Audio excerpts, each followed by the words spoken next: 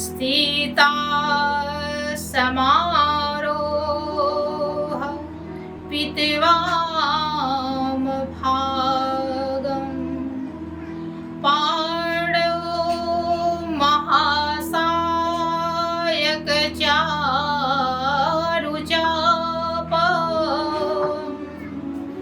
नमामि रामं रघुवंशनाथं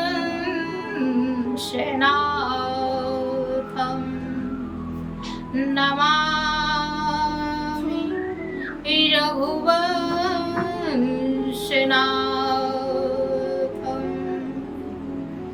श्री राम जय राम जय जय राम।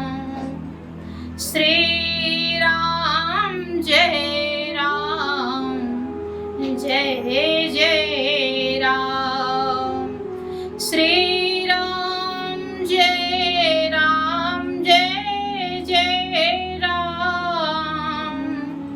श्री राम जय राम जय जय राम। बोले भगवान श्री राघवेंद्र सरकार की। आज हम सब लोग श्री रामचरित मानस पर थोड़ा सा विचार करेंगे। श्री रामचरित मानस में वैसे तो बहुत सारे प्रसंग हैं, बहुत सी बातें हैं, लेकिन जब भी कोई कथावाचक कोई व्यास कथा कहते हैं तो प्रथम ये भगवान शिव जी और माता सती जी का प्रसंग लेते हैं, उनके प्रसंग को श्रवण करवाते हैं। तो आज हम लोग भी एक बहुत ही मार्मिक चौपाई है जिसे अक्सर लोग गाते हैं और सुनते हैं। तो इसी चौपाई पर आज हम लोग विचार करेंगे कि एक बार त्रेता युग माही असंभु गए कुंभज सिपाही। असंग सती जग जननी भवानी अपोजहि ऋषि अखिलेश्वर जानी। भगवान शिव जी एक बार त्रेता युग की यह कथा है कि एक बार भगवान शिव जी कहाँ गए? माता सती जी के साथ कुंभज ऋषि के आश्रम में गए। क्या करने गए भाई? घूमने फिरने गए, टहलने गए, सैर करने गए? नहीं नहीं नहीं, भगवान शिव जी ना माता पार्वती जी के साथ कथा सुनने के लिए गए हैं। यहाँ पे भगवान शिव जी सती जी के साथ कथा सुनने गए। यह कथा तो हम लोग अक्षर मानस के द्वारा सुनते हैं, लेकिन अब प्रश्न यहाँ पर यह उठता है कि भगवान शिव जी कुंभज ऋषि के आश्रम में क्यों गए, किस लिए गए? कथा सुनने गए वह तो हम जान रहे हैं, लेकिन वास्तव में क्यों गए? क्या कारण हो सकता है? क्या रीजन हो सकता है? आज हम लोग इसी पर विचार करेंगे। तो देखो, कारण यहाँ पर यह है कि एक बार देव ऋषि नारद जी घूमते घामते विंध्याचल के पास पहुंचे। विंध्याचल उनका स्वागत सत्कार किया, चरणों में प्रणाम किया और आसन दिया। महाराज बैठिए। देव ऋषि नारद जी आसन में विराजमान हो गए और इनका विंध्याचल से आपस में तमाम बातचीत चल रहा है। नारद जी के अंदर तो कुछ और चल रहा है और नारद जी ना बातचीत करते करते विंध्याचल से पूछ पड़े कि विंध्याचल एक बात बताओ कि जो ये सूर्य भगवान है ये तो तुम्हारी परिक्रमा कभी करते ही नहीं। हिमालय की परिक्रमा तो ये रोज करते हैं, लेकिन तुम्हारी परिक्रमा वे कभी करते ही नहीं। तो क्या तुम उनसे कम हो? क्या तुम्हारा उनसे वहदा कम है? देव ऋषि नारद जी ने यहाँ पर आग लगा दिए और आग लगा करके नारायण नारायण करते हुए गायब हो गए। विंध्याचल को भी यह बात अंदर थोड़ा सा चुभा, अंदर लगा कि बात तो सही नारद जी कह रहे हैं कि सूर्य नारायण हर रोज हिमालय की परिक्रमा करते हैं और हमारी परिक्रमा कभी करते ही नहीं। विंध्याचल को भी अंदर लगा और विंध्याचल भगवान सूर्य देव से पूछा कि बताइए आप हमारी परिक्रमा क्यों नहीं करते? क्या मैं हिमालय से कम हूँ? उनके पावर में कम हूँ? क्या चीज में मैं कम हूँ भाई कि आप हमारी परिक्रमा नहीं करते? तो भगवान सूर्य देव कहते हैं कि देखो विंध्याचल, ऐसा है कि मुझे आज्ञा नहीं है तुम्हारी परिक्रमा करने के लिए, तो इसीलिए मैं तुम्हारी परिक्रमा नहीं करता हूँ। विंध्याचल कहते नहीं नहीं, आपको हमारी भी परिक्रमा करनी होगी। सूर्य देव कहे कि देखिए ऐसा है कि परमिशन नहीं है, और भाई परमिशन नहीं है परिक्रमा का तो मैं तुम्हारी परिक्रमा नहीं कर सकता हूँ। इनकार कर दिए परिक्रमा करने से। विंध्याचल को लगा भाई ये सूर्य देव हमारे परिक्रमा करने से इनकार कर दिए। तो विंध्याचल ना थोड़े रोष में आ गए, जोश में, और रोष में आके क्या किए ना, विंध्याचल पर्वत इतना ज्यादा बढ़ने लगा, इतना ज्यादा बढ़ा, इतना ज्यादा ऊंचा हो गया कि भगवान सूर्य देव का जो प्रकाश संसार में आ रहा था वह प्रकाश वे रोक दिए कि मैं तुम्हारा प्रकाश संसार में आने ही नहीं दूंगा। और जब संसार में तुम्हारा प्रकाश नहीं आएगा, तुम्हारा रोशनी नहीं आएगा, तो सब के सब मर जाएंगे, खाए बिना पानी पिए बिना सब मर जाएंगे। भाई रोशनी नहीं आएगा, धूप नहीं निकलेगा तो फिर तमाम हाहाकार हो जाएगा ना। देखो धूप निकलता है तो पेड़ पौधे भी बिल्कुल खिल जाते हैं। जितना जरूरत पानी की है उतना ही जरूरत धूप की भी है। देखो हम लोग ठंडी में, ठंडी तो है, जितना रजाई की जरूरत है, कंबल की जरूरत है, उतना ही जरूरत हमें धूप की भी है। हम ठंडी से जब सिकुड़ते हैं तो हम लोग ना भागते हुए निकलते हैं धूप की ओर। तो कहने का तात्पर्य है कि हमें धूप की भी आवश्यकता है, जरूरत है। तो यहाँ पे जो विंध्याचल है बहुत ज्यादा बढ़ गए, सूर्य का प्रकाश संसार में आना बंद हो गया और सारे देवता लोग बिल्कुल परेशान, घबराने लगे। भाई सोचे सूर्य देव का प्रकाश संसार में नहीं पहुंच रहा, अब क्या होगा। सारे देवता लोग घबराते हुए त्राहिमाम करते हुए पहुंचे भगवान शिव जी के पास। शिव जी के चरणों में प्रणाम किए। भगवान शिव जी पूछे भाई कैसे आप लोगों का आगमन हुआ, क्या बात है। तो सारे देवता लोग कहते हैं महाराज देखिए जो ये विंध्याचल हैं ये तो इतने बड़े हो गए हैं कि इनका प्रकाश संसार को मिलना बंद हो गया, सूर्य देव का प्रकाश मिलना बंद हो गया है। तो आप कोई उपाय करें, कोई रास्ता निकालें जिससे कि संसार को प्रकाश मिले। तो भगवान शिव जी यहाँ पे ना विचार किए, सोचे भाई क्या किया जाए जिससे कि विंध्याचल थोड़ा झुके और संसार में सूर्य देव का प्रकाश पहुंचे। तो भगवान शिव जी यहाँ पे विचार किए और विचार के द्वारा देवताओं से कहते हैं कि देखो ऐसा है कि जो विंध्याचल है उनका जो अगस्त ऋषि है, जो कुंभज ऋषि, देखो इन्हें हम कुंभज ऋषि भी कहते हैं, अगस्त ऋषि भी कहते हैं। तो उस उस समय ना अगस्त ऋषि काशी में थे। तो देवताओं से भगवान शिव जी ने कहा कि जो अगस्त ऋषि हैं वे विंध्याचल के गुरु हैं, तो तुम लोग ऐसा करो, अगस्त ऋषि के पास जाओ और जा करके मेरा सूचना, मेरा संदेश देना और उन्हें विंध्याचल के पास लाओ, तभी विंध्याचल झुकेगा और सूर्य का प्रकाश संसार में फैलेगा।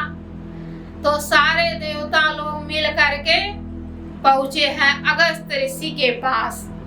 अगस्त ऋषि के समक्ष पहुंचे, स्वागत सत्कार सब हुआ, चरणों में प्रणाम आदि। अगस्त ऋषि पूछते हैं देवताओं से, कहिए आप लोगों का आगमन कैसे हुआ? तो देवता लोग यहाँ पर सारी बात बताए और यह भी बोले कि हमें भगवान शिव जी ने आपके पास भेजा है, आपको विंध्याचल को नीचे झुकाना है, कुछ उपाय कीजिए। तो विंध्याचल यानी विंध्याचल को नीचे झुकाने के लिए प्रकाश संसार में फैले। यहाँ पे ना अगस्त ऋषि मन में सोचे कि यह हमारे भगवान शिव जी का इच्छा है, हमारे भगवान शिव जी चाहते हैं कि मैं विंध्याचल के पास जाऊं। मन में विचार तो कर लिए, सोच लिए कि शिव जी की इच्छा है, लेकिन मन ही मन भगवान शिव जी से ना वे प्रार्थना भी किए, विनती किए कि प्रभु यदि मैं विंध्याचल के पास जाऊंगा तो फिर मेरा वहां से यहाँ वापस होना मुश्किल हो जाएगा, और भगवान यदि मैं यहाँ वापस नहीं लौटा तो हर रोज जो मुझे आपका दर्शन होता है, यह दर्शन कैसे होगा? मैं आपके दर्शन से वंचित हो जाऊंगा, मैं आपका दर्शन कैसे करूंगा? तो भगवान शिव जी ना अगस्त ऋषि को आश्वासन दिए, सांत्वना दिए कि चिंता मत करो, परेशान मत हो, तुम्हें हमारा दर्शन अवश्य होगा, तुम यहाँ वापस नहीं आओगे, नहीं लौटोगे, तुम दक्षिण दिशा की ओर चले जाओगे, तो एक दिन मैं तुम्हारे आश्रम में स्वतः आऊंगा, तुम्हें दर्शन देने स्वतः आऊंगा। यानी भगवान शिव जी ने अगस्त ऋषि को देखो वचन दिए थे कि मैं तुम्हारे आश्रम में स्वतः आऊंगा। तो इसीलिए ना भगवान शिव जी जो वचन दिए हैं उसी वचन को पूर्ण करने के लिए, उसी वचन को, वरदान को सार्थक करने के लिए भगवान शिव जी माता सती जी के साथ कहाँ पहुँचे हैं? अगस्त ऋषि के आश्रम में। कि एक बार त्रेता युग माई, असंभु गए कुंभज ऋषि पाही। तो कहने का तात्पर्य है कि यह जो भगवान शिव जी का आगमन हुआ है अगस्त ऋषि के आश्रम में, यह आगमन ऐसे नहीं हुआ है कि भगवान अपना कमंडल उठाए, बोरिया बिस्तर उठाए और पहुंच गए।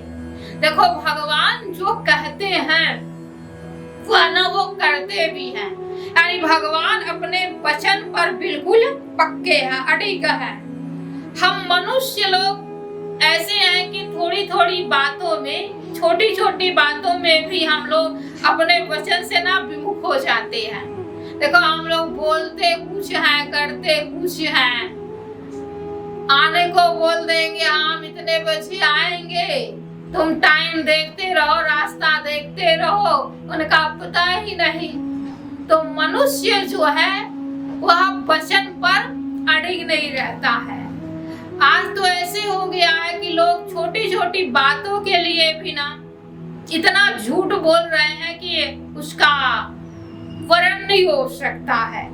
लेकिन एक बात आप लोग जान लो कि झूठ बोलो ऐसा नहीं है कि मत बोलो, बिल्कुल सत्यवान मत बनो, नहीं बन पा रहे कोई बात नहीं, लेकिन इतना भी हमें झूठ नहीं बोलना है कि ईश्वरी हमारे जीवन से दूर चले जाएं। देखो कहा गया है ना कि बाड़ी तो अनमोल जो कोई बोले जानिया अहिया तेरा जो तौल के फिर मुख बाहर आए। यानी बोलते समय बिल्कुल नाप तौल के बोलना है, ऐसा नहीं बोलना है जिससे कि बाद में हमें अफसोस हो। और छोटी छोटी बात को लेकर के हमें ज्यादा झूठ भी नहीं बोलना है। जैसे आज बहुत से लोग हैं, पत्नी पूछ रही है कहाँ हो, है वे यहाँ, बताएंगे वहाँ।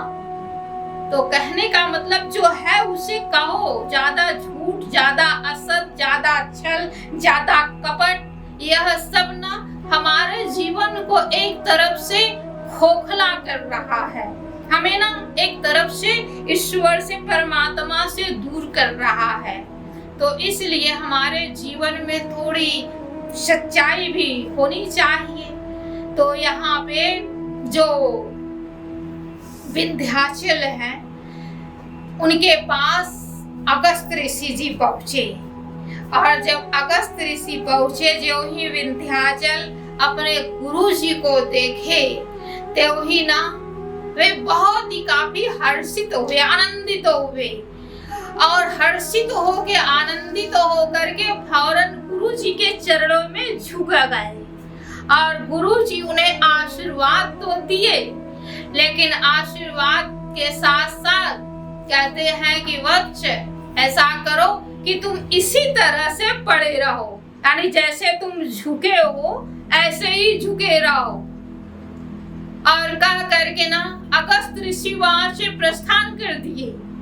लेकिन यहाँ पे आप लोग देखेंगे कि जो विंध्याचल हैं, वे अपने गुरु से ना एक बार भी यह बात नहीं पूछे कि गुरु जी आप कब वापस लौटेंगे, या कब तक मैं इसी प्रकार से झुका रहूंगा।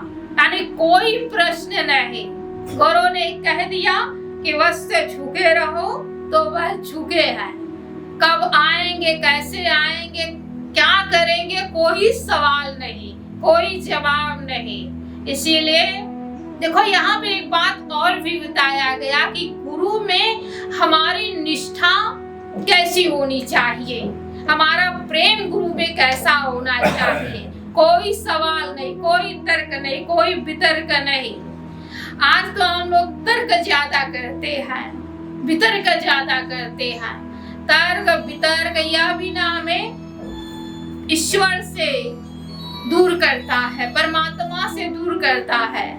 इसलिए हमारे जीवन में ज्यादा तर्क वितर्क कुतर्क नहीं होना चाहिए। यह कुतर्क क्या है, देखो जैसे चूहा होता है ना, चूहा कपड़ा को कुतर्क देता है, और ऐसा कुतर्कता है कि फिर उस कपड़े को आप पहन नहीं सकते हो, उस कपड़े को आप जीवन में किसी चीज में काम नहीं ला सकते हो।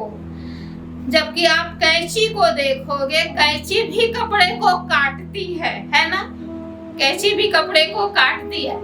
लेकिन कैंची जब काटेगी तो इतने बढ़िया से काटेगी, इतना स्टाइल से काटेगी कि आप उस कपड़े को पहन लो, कुछ कहीं लगाना है तो लगा लो, काम में ले सकते हो। लेकिन जो चूहा होता है वह भी देखो कपड़े को काटता है, और कैंची भी काटती है ना, लेकिन कैंची का कपड़ा हम उपयोग में ले लेते हैं, पहन लेते हैं, पहन के खुश होते हैं। और जो चूहा कुतरकता है उसे देख के हम लोग दुखी होते, परेशान होते, उसे हम फेंक देते हैं, क्योंकि वह हमारे काम लायक नहीं रहता है। तो कहने का तात्पर्य है कि इसी प्रकार से ना हमारे जीवन में भी ज्यादा कुतर्क वितर्क संशय हेन तेन यह जब रहेगा तो हमारे अंदर केवल अशांति रहेगा, केवल परेशानी रहेगा। आज बहुत से लोग ऐसे हैं कि किसी के अच्छाई में भी वे बुराई देखते हैं, और किसी के अच्छाई में बुराई देखना यह दुष्टों का स्वभाव है। इसे हम दुष्ट ही कहेंगे, दुष्ट प्रवृत्ति के लोग हैं जो कि किसी की अच्छाई में भी बुराई देख लेना।